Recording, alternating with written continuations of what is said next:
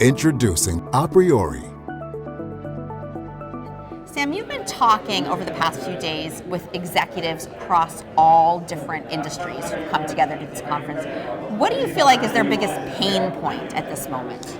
Yeah, ag equipment is what I know best, but what I'm learning from today's discussions and other discussions I've had over the past couple of years is there are some problems that are common to every company. And one of those problems is the ability to develop new product and maintain current products across functional lines. So you've got your engineering people, your product management people, your manufacturing people, your purchasing people, and they all have a part to play. No one of them owns the whole solution, but they struggle to be able to work across those lines because of the unique accountabilities each function has for their own targets, their own, et cetera, et cetera, et cetera. We need the ability to share targets, problems, solutions across sites. One of the interesting things in the new workspace product is it shows a lot of promise for that, to be able to say, okay, here we can get some people together, but you don't have to come here. You know, the tool still links into the other tools you use, so you've got some opportunities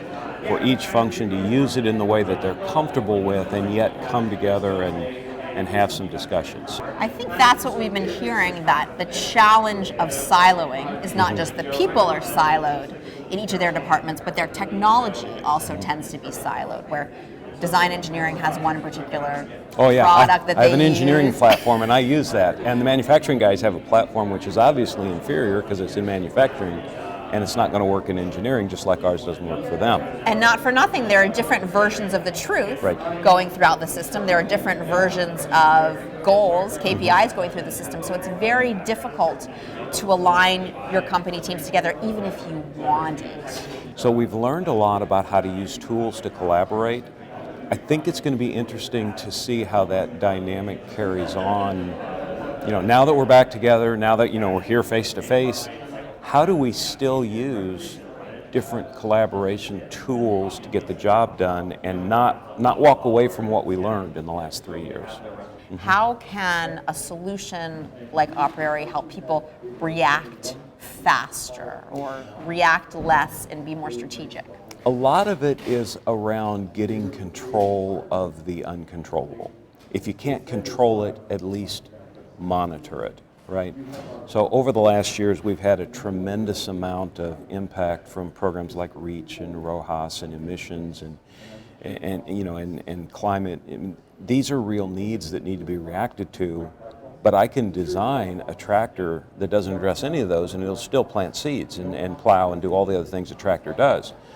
But societal needs are greater than just food, right? So we've got to address these other issues as well. If I don't even know they're there until the regulation hits and I've got a bunch of non-compliant equipment, I'm in trouble. So as we start getting a better visibility into the parts that make up our complex systems and products, we can start to project when these new requirements come, how does this affect me? I'll guarantee you 90% plus are irritated when it starts. That's just how it is. I'm not surprised. But that's the same with cost reduction. I designed a nice cost-effective part. What do you mean you want me to go back and redesign it for lower cost? I've got all this other work I need to do first, right? So we've got to establish the priorities of how we do things.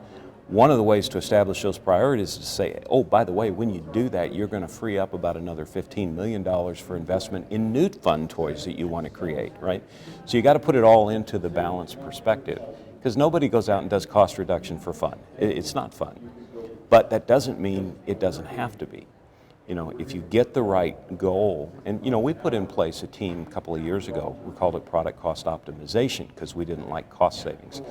So we call it product cost optimization. That sounds better. Yeah, and we went out and we identified, $20–30 million worth of savings that could be achieved if we'd go invest in it. It's kind of hard to say no to that.